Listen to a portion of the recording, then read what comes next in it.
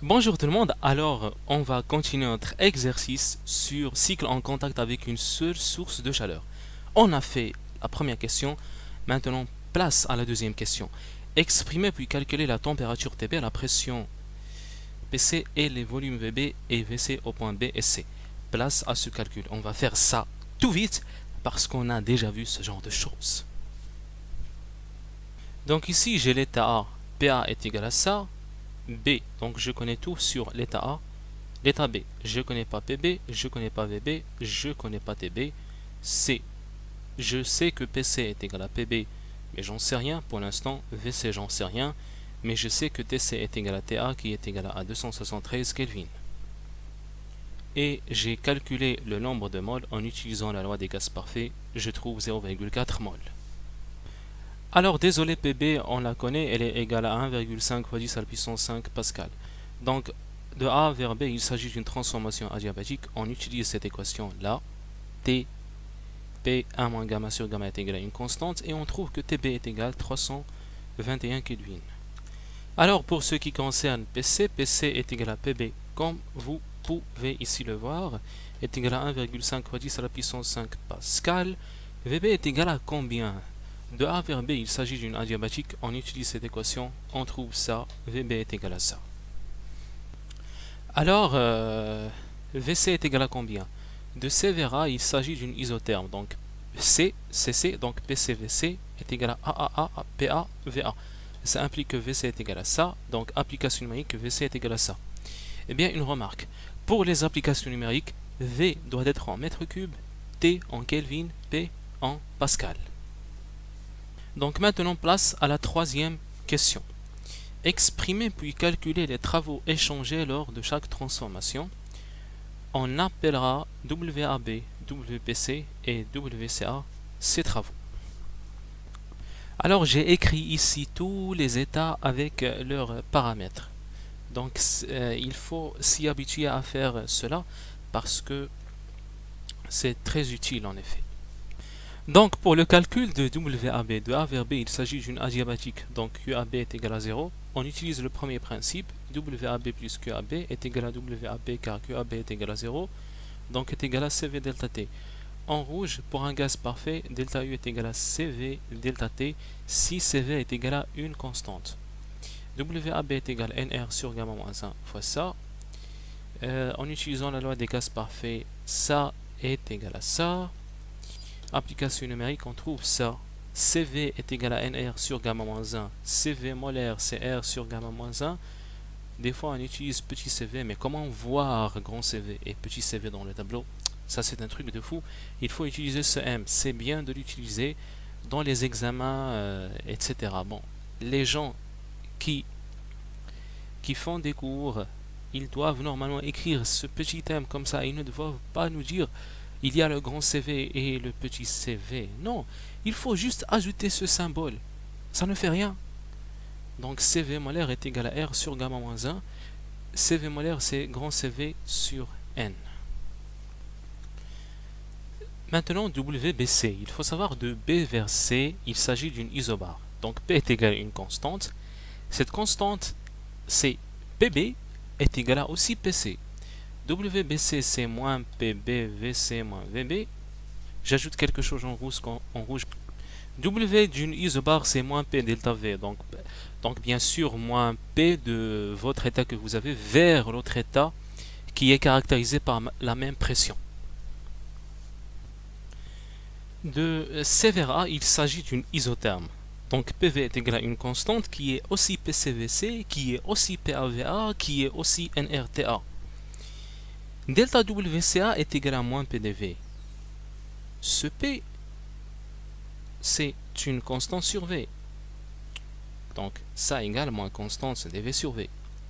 Donc, WCA, c'est moins constante, tac, tac, dV sur V est égal à moins constante NNVA sur VC. Donc, continuez les calculs, application numérique, on trouve cela. Maintenant, la quatrième question. Donc, on a calculé tous les travaux qui ont été demandés. Donc, il est dit d'en déduire le travail du cycle W du cycle, et la nature de la machine. Alors, je vais vous écrire ça. Ici, W du cycle, c'est WAB plus WBC plus WCA. On fait une petite application numérique. Tout le monde sait faire les applications numériques. Donc l'essentiel, c'est qu'on trouve que W du cycle, il est supérieur à 0. C'est ce qu'on va trouver. Puisque W du cycle, il est supérieur à 0, alors il s'agit d'un quoi? Bien, il s'agit d'un récepteur. C'est-à-dire, il reçoit le travail. Donc ça implique que la machine, puisqu'il est dit d'en déduire la nature de la machine est un récepteur. Attendez, c'est pas tout. Il reste encore 5 autres questions. Donc il y en a 9 questions dans cet exercice. Donc l'objet de cet exercice, c'est de vous montrer le rendement qu'on va obtenir. C'est pour cette raison que je calculais les travaux directement, vite fait, les pressions, les températures. Donc là, je vais vous écrire les autres questions. Alors maintenant, place à la 5e question qui est très simple. Donc là, on inverse un petit peu l'exercice. C'est-à-dire, il est dit, on décrit maintenant le cycle dans le sens inverse au sens précédent. Dans le sens inverse au sens précédent. 5. Quelle est la nature de cette machine? Justifiez votre réponse. Eh bien, si on inverse, ça sera alors comme ça, tac, tac, tac. Alors, la machine maintenant devient un moteur. D'ailleurs, il est décrit dans le sens antitrigonométrique. C'est pas dans le sens trigonométrique, mais antitrigonométrique. Donc, W du cycle, il est inférieur à 0 parce que c'est le sens antitrigonométrique. Donc, il s'agit maintenant d'un moteur. Maintenant, 6e question. Exprimer puis calculer les chaleurs échangées QAC, QCB et QBA. Donc, je vais faire ça vite parce que c'est très simple. Ce qui m'intéresse, c'est la question 7, la question 8 et la question 9. Donc, je vais faire ça vite, s'il vous plaît, parce qu'on a déjà vu ça. Alors, QAC, c'est PA, ln, VC sur VA qui est égal à aussi moins WAC. QCB, c'est CPT, B moins TA qui est égal à gamma NR sur gamma moins 1 fois TB moins TC. Et QBA est égal à 0 parce qu'il s'agit d'une adiabatique. Ah, maintenant, place à la question 7. Donc là, on va faire ça tout doucement. 7. Définir puis exprimer le rendement ou l'efficacité de cette machine. Bon, pourquoi on a fait ça entre parenthèses, c'est pour ne pas vous dire, c'est pour vous perturber un peu, parce que bon, là, il s'agit d'un rendement parce que c'est un moteur. Si on vous dit exprimer le rendement de cette machine, c'est nécessairement un moteur. Il faut savoir que la réponse de la question 5, c'est un moteur, parce qu'il est dit dans la question 5 quelle est la nature de cette machine. Donc là, on a trouvé que c'est le rendement, donc parce qu'il s'agit d'un moteur.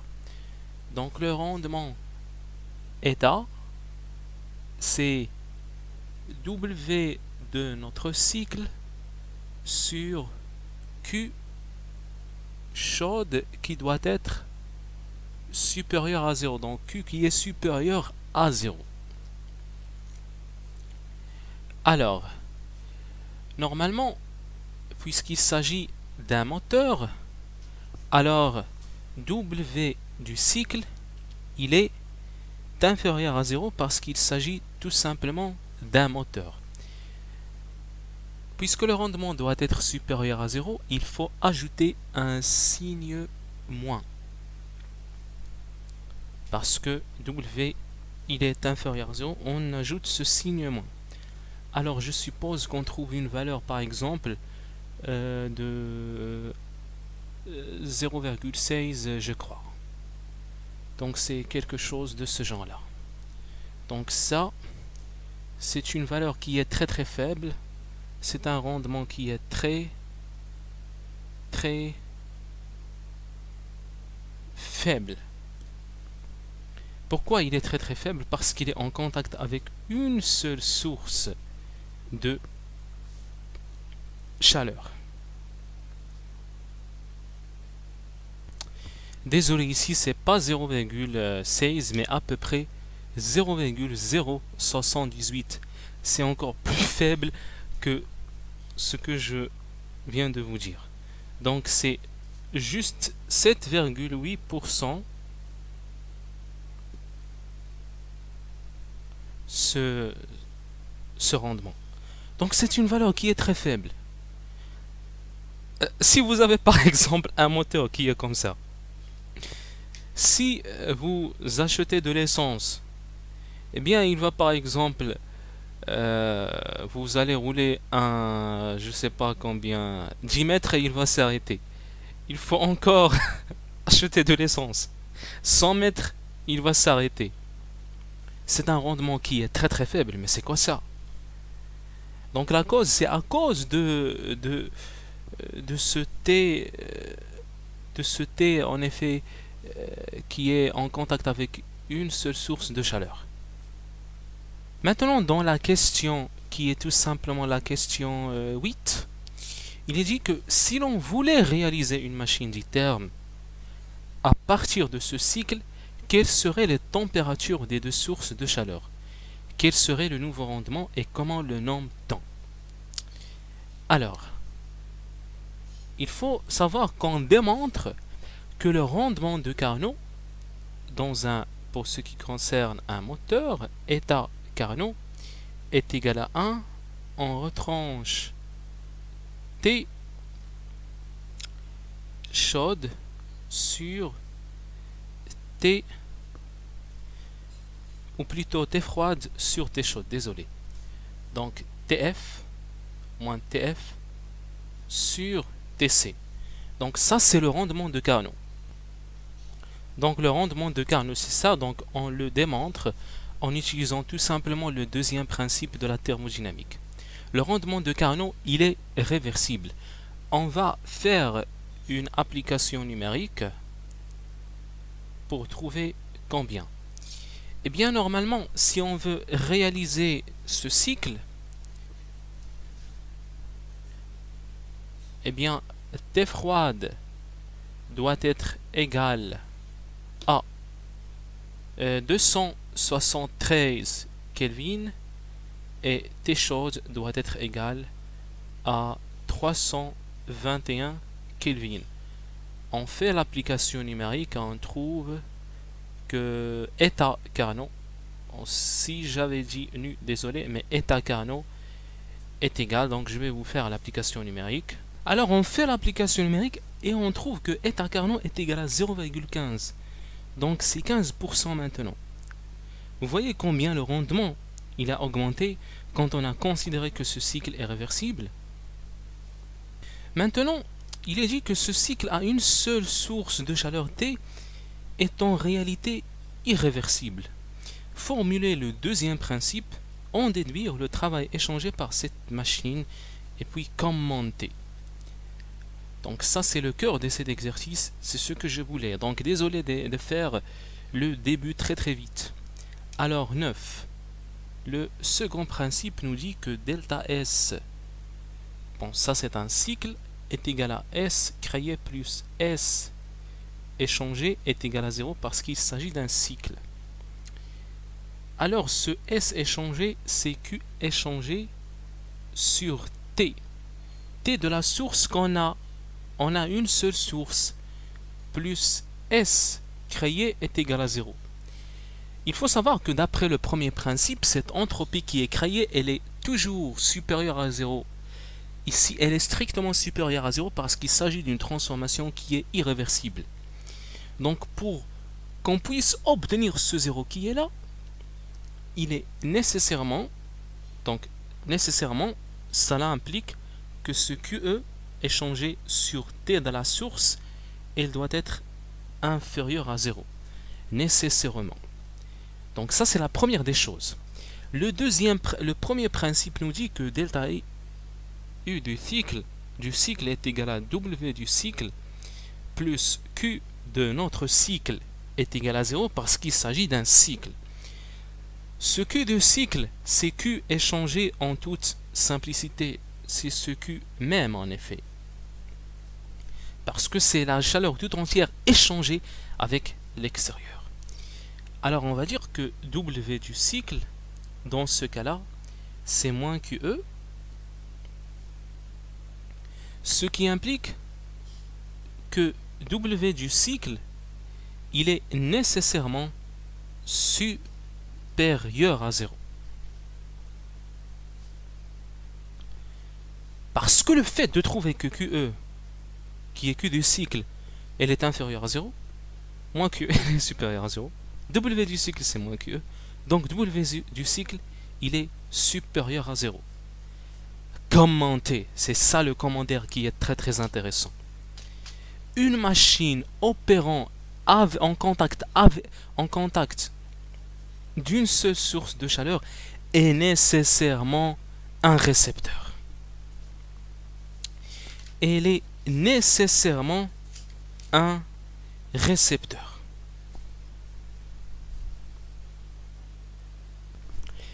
Donc, un cycle opérant en contact d'une seule et unique source de chaleur Q est systématiquement un récepteur.